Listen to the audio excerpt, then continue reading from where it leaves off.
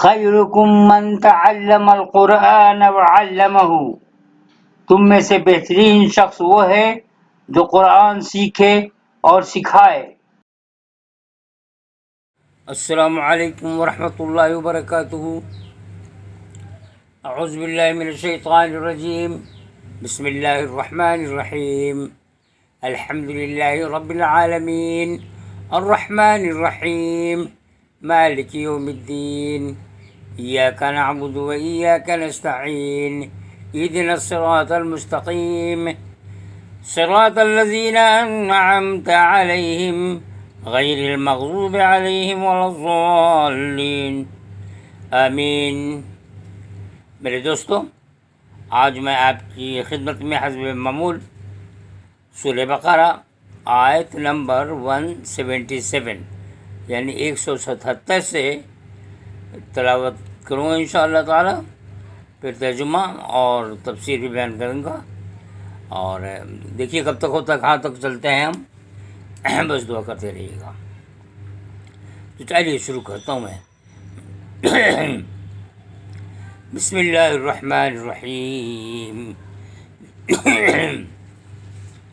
لیس البر ان تولوا وجوہکم قبل المشرق والمغرب ولكن البر من آمن باللہ والیوم الآخر والملائکۃ والکتاب والنبیین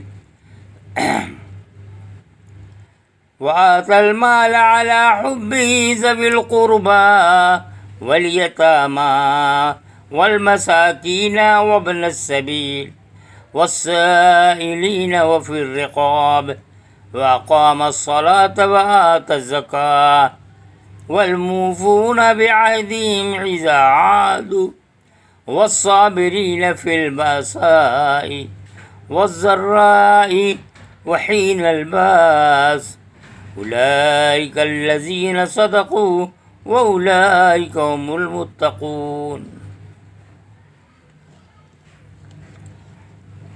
نیکی یہ نہیں ہے کہ تم اپنے منہ پورب اور پچھم کی طرف کر لو، بلکہ نیکی یہ ہے کہ آدمی ایمان لائے اللہ پر اور آخرت کے دن پر اور فرشتوں پر اور کتاب پر اور پیغمبر پر، اور مال دے اللہ کی محبت میں رشتہ داروں کو اور یتیموں کو اور محتاجوں کو اور مسافروں کو اور مانگنے والوں کو اور گردنیں چھڑانے والوں کو، اور نماز قائم کرے اور زکوٰۃ ادا کرے، اور جب عہد کر لیں تو اس کو پورا کریں، اور صبر کرنے والے سختی اور تکلیف میں اور لڑائی کے وقت۔ یہی لوگ ہیں جو سچے نکلے اور یہی ہیں ڈر رکھنے والے۔ یہود نے مغرب کو اپنا قبلہ عبادت بنایا تھا اور نصارہ نے مشرق کو۔ دونوں اپنی اپنی سمت کو مقدس سمجھتے تھے۔ دونوں کو بھروسہ تھا کہ انہوں نے خدا کی مقدس سمت کو اپنا قبلہ بنا کر خدا کے یہاں اپنا درجہ محفوظ کر لیا ہے، مگر خدا پرستی یہ نہیں ہے کہ آدمی کسی مقدس ستون کو تھام لے۔ خدا پرستی یہ ہے کہ آدمی خود اللہ کے دامن کو پکڑ لے۔ دینی عمل کی اگرچہ ایک ظاہری صورت ہوتی ہے، مگر حقیقت کے اعتبار سے وہ اس اللہ کو پا لینا ہے جو زمین اور آسمان کا نور ہے، جو آدمی کی شہرک سے زیادہ قریب ہے۔ اللہ کے ہاں جو چیز کسی کو مقبول بناتی ہے وہ کسی قسم کی ظاہری چیزیں نہیں ہیں، بلکہ وہ عمل ہے جو آدمی اپنے اوپر اپنے پورے وجود کے ساتھ خالص اللہ کے لیے کرتا ہے۔ اللہ کا مقبول بندہ وہ ہے جو اللہ کو اس طرح پالے کہ اللہ اس کو پوری ہستی میں اتر جائے، وہ آدمی کے شعور میں شامل ہو جائے، وہ اس کی کمائیوں کا مالک بن جائے، وہ اس کی یادوں میں سما جائے، وہ اس کے کردار پر چھا جائے۔ آدمی اپنے رب کو اس طرح پکڑ لے کہ سخت ترین وقتوں میں بھی اس کی رسی اس کے ہاتھ سے چھوٹنے نہ پائے۔ اللہ کا حق اس کی سچی وفاداری سے ادا ہوتا ہے، نہ کہ محض ادھر یا ادھر رخ کر لینے سے۔ اللہ پر ایمان لانا یہ ہے کہ آدمی اللہ کو اپنا سب کچھ بنا لے۔ آخرت کے دن پر ایمان یہ ہے کہ آدمی دنیا کے بجائے آخرت کو زندگی کا اصل مسئلہ سمجھنے لگے۔ فرشتوں پر ایمان یہ ہے کہ وہ خدا کے ان کارندوں کو مانے جو خدا کے حکم کے تحت دنیا کا انتظام چلا رہے ہیں۔ کتاب پر ایمان یہ ہے کہ آدمی یقین کرے کہ اللہ نے انسان کے لیے اپنا ہدایت نامہ بھیجا ہے جس کی اسے لازماً پابندی کرنی چاہیے۔ پیغمبروں پر ایمان یہ ہے کہ اللہ کے ان نیک بندوں کو اللہ کا نمائندہ تسلیم کیا جائے جن کو اللہ نے اپنا پیغام پہنچانے کے لیے چنا۔ پھر یہ ایمانیات آدمی کے اندر اتنی گہری اتر جائیں کہ وہ اللہ کی محبت اور شوق میں اپنا مال ضرورت مندوں کو دے اور انسانوں کو مصیبت سے چھڑائے۔ نماز قائم کرنا، اللہ کے آگے ہمتاً جھک جانا ہے، زکوٰۃ ادا کرنا، اپنے مال میں خدا کے مستقل حصے کا اقرار کرنا ہے۔ ایسا بندہ جب کوئی عہد کرتا ہے تو اس کے بعد وہ اس سے پھرنا نہیں جانتا، کیونکہ وہ ہر عہد کو خدا سے کیا ہوا عہد سمجھتا ہے۔ عہد میں نے وعدہ، اس کو اللہ کے اوپر اتنا بھروسہ ہو جاتا ہے کہ تنگی اور مصیبت ہو یا جنگ کی نوبت آ جائے، ہر حال میں وہ خدا پرستی کے راستے پر جمع رہتا ہے۔ یہ اوصاف جس کے اندر پیدا ہو جائیں وہی سچا مومن ہے، اور سچا مومن اللہ سے اندیشہ رکھنے والا ہوتا ہے، نہ کہ کسی جھوٹے سہارے پر اعتماد کر کے اس سے نڈر ہو جانے والا۔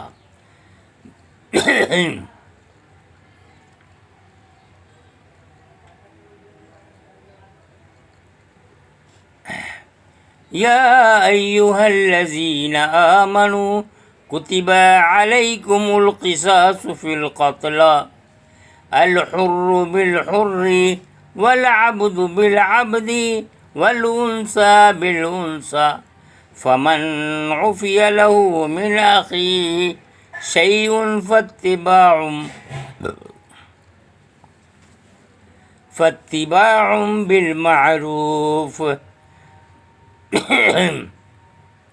فاتباع بالمعروف واداء الیہ بإحسان ذلک تخفیف من ربکم ورحمہ فمن اعتدى بعد ذلك فله عذاب أليم وَلَكُمْ فِي الْقِصَاصِ حَيَاةٌ يَا أُولِي الْأَلْبَابِ لَعَلَّكُمْ تَتَّقُونَ كُتِبَ عَلَيْكُمْ إِذَا حَضَرَ أَحَدَكُمُ الْمَوْتُ إِن تَرَكَ خَيْرًا لِلْوَصِيَّةُ لِلْوَالِدَيْنِ والأقربين بالمعروف حقا على المتقين فمن بدله بعدما سمعه فإنما اسمه على الذين يبدلونه إن الله سميع عليم فمن خاف من موص جنفا أو إثما فيصلح بينهم فلا اثم علیہ ان اللہ غفور رحیم۔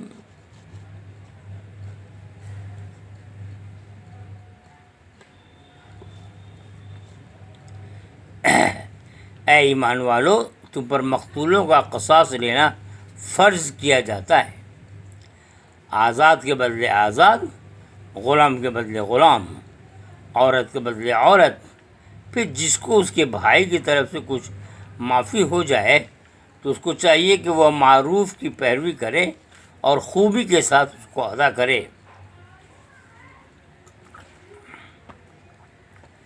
یہ تمہارے رب کی طرف سے ایک آسانی اور مہربانی ہے۔ اب اس کے بعد بھی جو شخص زیادتی کرے اس کے لیے دردناک عذاب ہے۔ اور اے عقل والو، قصاص میں تمہارے لیے زندگی ہے تاکہ تم بچو۔ تم پر فرض کیا جاتا ہے کہ جب تم میں سے کسی کی موت کا وقت آ جائے اور وہ اپنے پیچھے مال چھوڑ رہا ہو تو معروف کے مطابق وصیت کرے، وصیت کر دے اپنے ماں باپ کے لیے اور اپنے قرابت داروں کے لیے، قرابت دار رشتہ دار۔ یہ ضروری ہے خدا سے ڈرنے والوں کے لیے۔ پھر جو کوئی وصیت کو سننے کے بعد اس کو بدل ڈالے تو اس کا گناہ اسی پر ہوگا جس نے اس کو بدلا۔ یقیناً اللہ سننے والا، جاننے والا ہے۔ البتہ جس کو وصیت کرنے والے کی بابت یہ اندیشہ ہو کہ اس نے جانبداری یا حق تلفی کی ہے اور وہ آپس میں صلح کرا دے تو اس پر کوئی گناہ نہیں ہے۔ اللہ معاف کرنے والا، رحم کرنے والا ہے۔ قتل کے معاملے میں اسلام میں قصاص کا اصول مقرر کیا گیا ہے، یعنی قاتل کے ساتھ وہی کیا جائے جو اس نے مقتول کے ساتھ کیا ہے۔ اس طرح ایک طرف آئندہ کے لیے قتل کی حوصلہ شکنی ہوتی ہے، کیونکہ اپنی جان کا خوف آدمی کو دوسرے کی جان لینے سے روکتا ہے اور نتیجتاً سب کی جانیں محفوظ ہو جاتی ہیں۔ قاتل کے قتل سے پورے معاشرہ کے لیے زندگی کی ضمانت پیدا ہو جاتی ہے۔ دوسری طرف مقتول کے ورثہ کا انتقامی جذبہ ٹھنڈا ہو کر سماج میں کسی نئی تخریبی کارروائی کے امکان کو ختم کر دیتا ہے۔ تاہم قصاص کا معاملہ اسلام میں قابل راضی نامہ ہے۔ مقتول کے ورثہ چاہیں تو قاتل کو قتل کر سکتے ہیں، چاہے تو دیت یعنی مالی معاوضہ لے سکتے ہیں اور چاہے تو معاف کر سکتے ہیں۔ اس گنجائش کا خاص مقصد یہ ہے کہ اسلامی معاشرے میں ایک دوسرے کو بھائی سمجھنے کی فضا باقی رہے، ایک دوسرے کو حریف سمجھنے کی فضا کسی حال میں پیدا نہ ہو۔ نیز خون بہا کے اصول کا ایک خاص فائدہ یہ ہے کہ اس کے ذریعے سے مقتول کے وارثوں کو اپنے چلے جانے والے فرد خاندان کا ایک مالی بدل مل جاتا ہے۔ جب کوئی مر جاتا ہے تو یہ مسئلہ بھی پیدا ہوتا ہے کہ اس کی وراثت کا کیا کیا جائے۔ اس سلسلے میں اسلام کا اصول یہ ہے کہ اس کی وراثت اس کو رشتہ داروں میں معروف طریقے سے تقسیم کر دیا جائے۔ یہ گویا مال کا تقویٰ ہے۔ جب مرنے والوں کے رشتہ داروں تک حصہ بحصہ اس کا چھوڑا ہوا مال پہنچ جائے تو اس سے معاشرہ میں یہ فضا بنتی ہے کہ ازروِ حق جس کو جو دیا جانا چاہیے وہ دیا جا چکا ہے۔ اس طرح خاندان کے اندر متروکہ مال یا جائیداد کے حصول کے لیے باہمی نزاع پیدا نہیں ہوتی۔ خاندان کا جو شخص قانونی اعتبار سے وارث نہ قرار پاتا ہو مگر اخلاقی اعتبار سے وہ مستحق ہو تو مرنے والے کو چاہیے کہ وصیت کے ذریعے اس خلا کو پر کر دے۔ یہاں وراثت کے بارے میں معروف کے مطابق وصیت کرنے کا حکم ہے۔ آگے سورہ نساء میں ہر ایک کے حصے کو قانونی طور پر معین کر دیا گیا ہے۔ جناب جب سورہ نساء آئے گا تو وہاں پہ بات ہوگی۔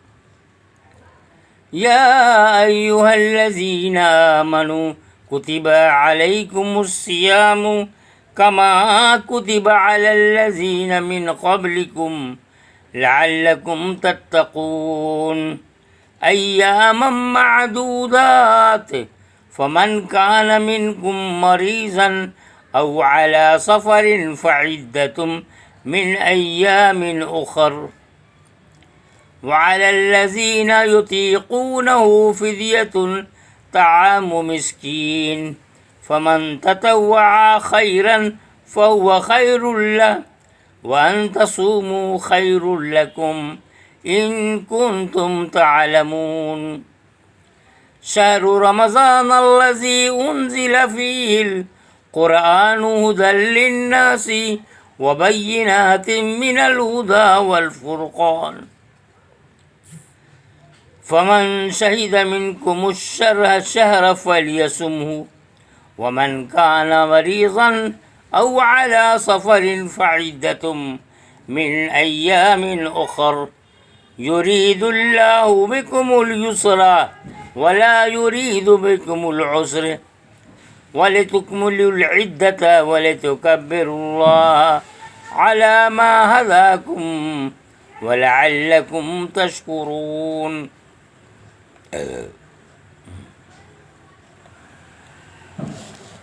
اے ایمان والو، تم پر روزہ فرض کیا گیا جس طرح تم سے اگلوں پر فرض کیا گیا تھا تاکہ تم پرہیزگار بنو. گنتی کے چند دن، پھر جو کوئی تم میں سے بیمار ہو یا سفر میں ہو تو دوسرے دنوں میں تعداد پوری کر لے، اور جو اس کو یہ مشقت برداشت نہ کر سکے اور جو اس کو بمشقت برداشت کر سکے تو ایک روزہ کا بدلہ ایک مسکین کا کھانا ہے. جو کوئی مزید نیکی کرے تو وہ اس کے لیے بہتر ہے، اور تم روزہ رکھو تو یہ تمہارے لیے زیادہ بہتر ہے اگر تم جانو.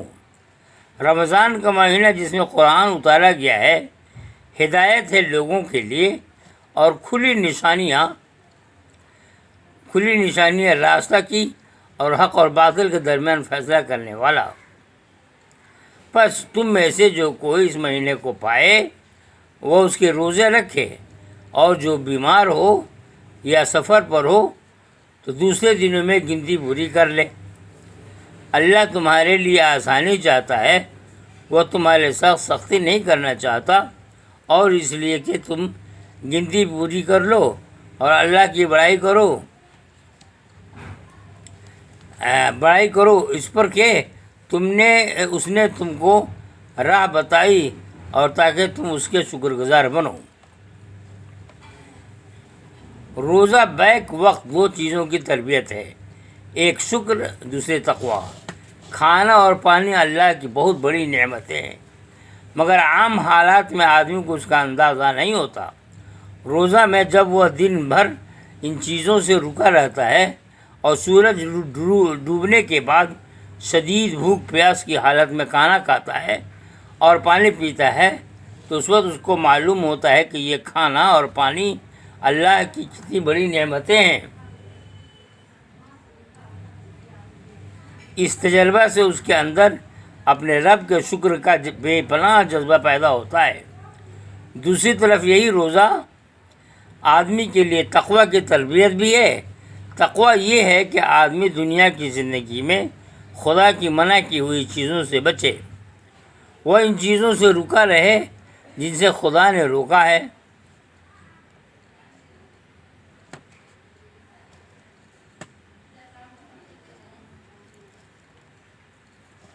جس کو خدا نے روکا ہے، اور وہی کرے جسے کرنے کی خدا نے اجازت دی.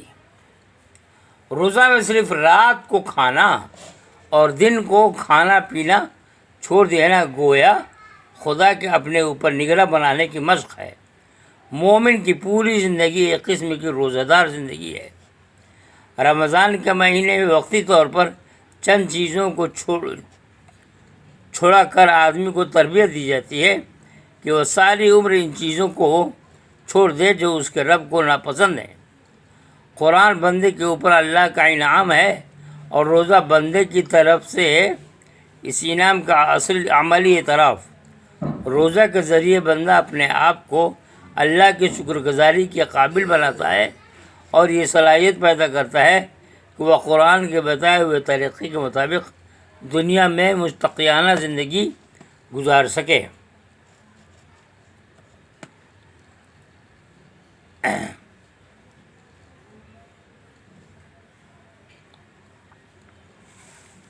روزہ سے دلوں کے اندر نرمی اور شکستگی آتی ہے، اس طرح روزہ آدمی کے اندر یہ صلاحیت پیدا کرتا ہے کہ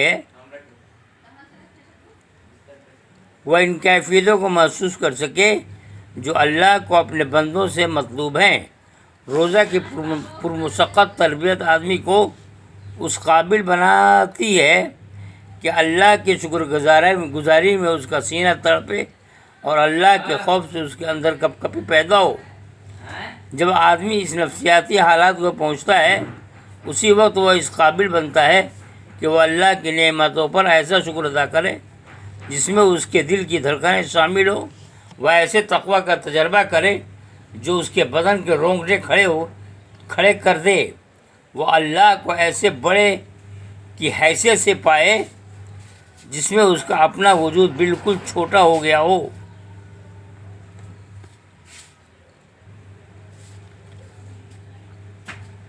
وَإِذَا سَأَلَكَ عِبَادِي عَنِّي فَإِنِّي قَرِيبٌ أُجِيبُ دَعْوَةَ الدَّاعِ إِذَا دَعَانِي فَلْيَسْتَجِيبُوا لِي وَلْيُؤْمِنُوا بِي لَعَلَّهُمْ يَرْشُدُونَ أُحِلَّ لَكُمْ لَيْلَةَ الصِّيَامِ الرَّفَثُ إِلَى نِسَائِكُمْ هُنَّ لِبَاسٌ لَكُمْ وَأَنْتُمْ لِبَاسٌ لَهُنَّ عَلِمَ اللَّهُ أَنَّكُمْ كُنْتُمْ تختانون أنفسكم فتاب عليكم وعفى عنكم فالآن باشروهن وابتغوا ما كتب الله لكم وكلوا واشربوا حتى يتبين لكم الخيط الأبيض من الخيط الأسود من الفجر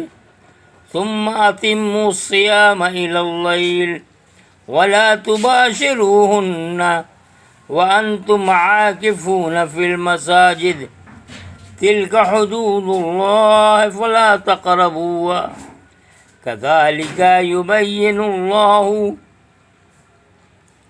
آياته للناس لعلهم يتقون ولا تأكلوا أموالكم بينكم بالباطل وتدلوا بها إلى الحكام لتأكلوا فريقا من أموال الناس بالإثم وأنتم تعلمون۔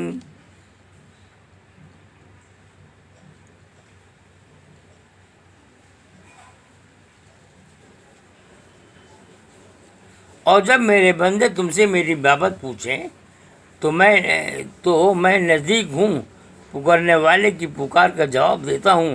جب کہ وہ مجھے پکارتا ہے تو چاہیے کہ وہ میرا حکم مانے اور مجھ پر یقین رکھیں تاکہ وہ ہدایت پائیں۔ تمہارے لیے روزہ کی رات میں اپنی بیویوں کے پاس جانا جائز کیا گیا ہے۔ وہ تمہارے لیے لباس ہیں اور تم ان کے لیے لباس ہو۔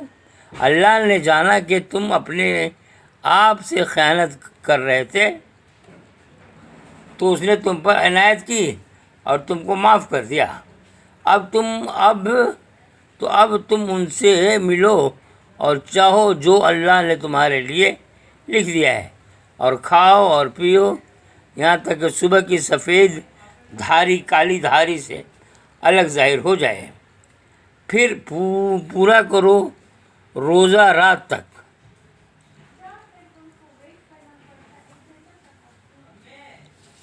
اور جب تم مسجد میں اعتکاف میں ہو تو بیویوں سے خلوت میں نہ کرو، یعنی بیوی سے تنہائی میں مت جاؤ۔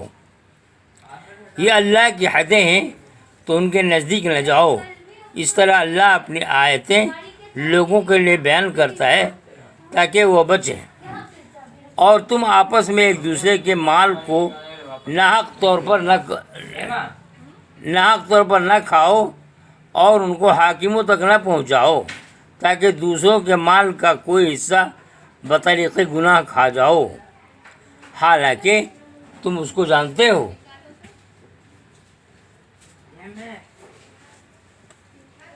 روزہ اپنی نوعیت کے اعتبار سے صبر کا عمل ہے، اور صبر یعنی حکم الہی کی تعمیل میں مشکلات کو برداشت کرنا ہے، وہی چیز جس سے آدمی اس قلبی حالت کو پہنچتا ہے جو اس کو خدا سے قریب کرے اور اس کی زبان سے ایسے کلمات نکلوائے جو قبولیت کو پہنچنے والے ہوں۔ اللہ کو وہی پاتا ہے جو اپنے آپ کو اللہ کے حوالے کر دے۔ اللہ تک اسی شخص کے الفاظ پہنچتے ہیں جس نے اپنے روح کے تاروں کو اللہ سے ملا رکھا ہو۔ شریعت آدمی کے اوپر کوئی غیر فطری پابندی عائد نہیں کرتی۔ روزہ میں دن کے اوقات میں ازدواجی تعلق ممنوع ہونے کے باوجود رات کے اوقات میں اس کی اجازت افطار و صحت کے اوقات جاننے کے لیے جنتری کا پابند کرنے کے بجائے عام مشاہدہ کو بنیاد قرار دینا اسی قسم کی چیزیں ہیں۔ جزئی تفصیلات میں بندوں کو گنجائش دیتے ہوئے اللہ نے عمومی حدیں واضح فرما دی ہیں۔ آدمی کو چاہیے کہ وہ مقررہ حدوں کو پوری طرح پابند رہے اور تفصیلی جزیات میں اس روش کو اختیار کرے جو تقویٰ کی روح کے مطابق ہے۔ روزے کے حکم کے فوراً بعد یہ حکم ہے کہ ناجائز مال نہ کھاؤ بتاتا ہے کہ روزہ کی حقیقت کیا ہے۔ روزہ کا اصل مقصد آدمی کے اندر یہ صلاحیت پیدا کرتا ہے کہ جہاں خدا کی طرف سے رکنے کا حکم ہو وہاں آدمی رک جائے، حتیٰ کہ اگر حکم ہو تو جائز چیز سے بھی، جیسا کہ روزہ میں ہوتا ہے۔ اب جو شخص خدا کے حکم کی بنا پر حلال کمائی تک سے رک جائے اور اسی خدا کے حکم کی بنا پر حرام کمائی سے کیوں نہ اپنے آپ کو روکے رکھے گا۔ مومن کی زندگی ایک قسم کی روزہ دار زندگی ہے۔ اس کو ساری عمر چیزوں سے افطار کرنا ہے اور کچھ چیزوں سے مستقل طور پہ روزہ رکھ لینا ہے۔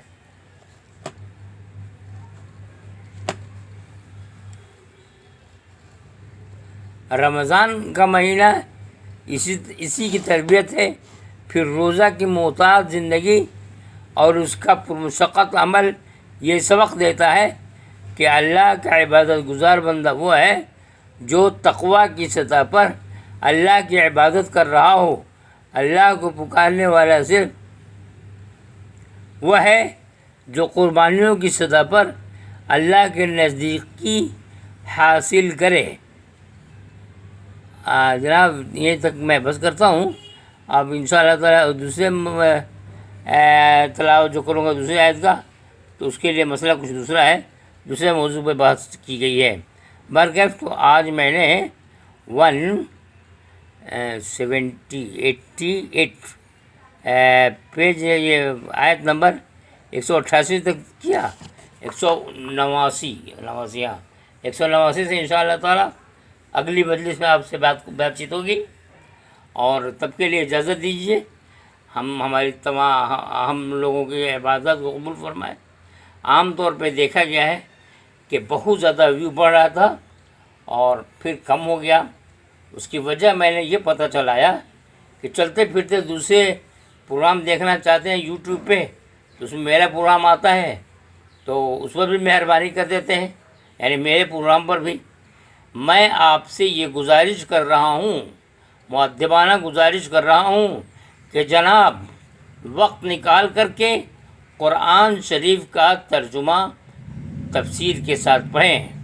قرآن کی تلاوت کرنے میں بھی ثواب ہے، اس میں کوئی دو رائے نہیں ہے، لیکن قرآن میں کیا ہے اس کو اگر ہم جان جائیں گے تو یہ میرے لیے بہت خوش قسمتی کی بات ہے۔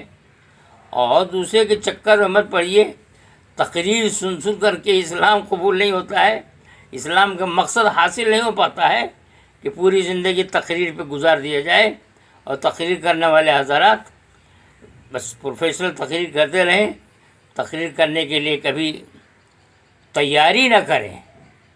بس وہ ماحول دیکھا گیا، وہاں پہ علماء کرام بیان فرما دیتے ہیں، یہ جب وجہ ہوتا ہے اس میں اتنا ثواب نہیں ہے۔ دوستو قرآن کی روح کو ہمیں سمجھنا چاہیے اور خود نہیں سمجھنا چاہیے، اپنے بچوں کو بھی تربیت دیجیے۔ تو ہم لوگ مومن ہیں، اللہ تعالیٰ نے ہم لوگوں کو مسلمان بنایا ہے، تو ہم لوگوں پہ بھی ذمہ داری عائد ہوتی ہے۔ کچھ سست رفتاری ہوتی ہے، جیسے میرے میں بھی سستی ہے، میں دودھ کا دھلا ہوا نہیں ہوں۔ میری دلی خواہش ہوتی ہے کہ ہر جمعہ کو سورہ کہف کی تلاوت کر لوں، لیکن کبھی کبھی چھوٹ جاتا ہے۔ تو انشاءاللہ تعالیٰ میں سوچ رہا ہوں کہ اگلے جمعہ کو صرف سورہ کہف کی تلاوت آپ کے سامنے پیش کر دوں گا۔ آپ لوگوں میں سے جو حضرات پہلے سے پڑھتے ہی ہیں تو بہت اچھی بات ہے، نہیں پڑھتے تو وقت نکال کر کے ویڈیو کے ساتھ ہی قرآن کی تلاوت کیجیے، میری آواز کو بند کر کے کیجیے۔ وہ بھی نہیں ہو تو دوسرے قرآن شریف میں پڑھیے، یوٹیوب میں نہ پڑھیے، لیکن پڑھیے، مطلب قرآن کو پڑھنے کی عادت ڈالیے۔ اب اجازت دیجیے، السلام علیکم ورحمۃ اللہ وبرکاتہ۔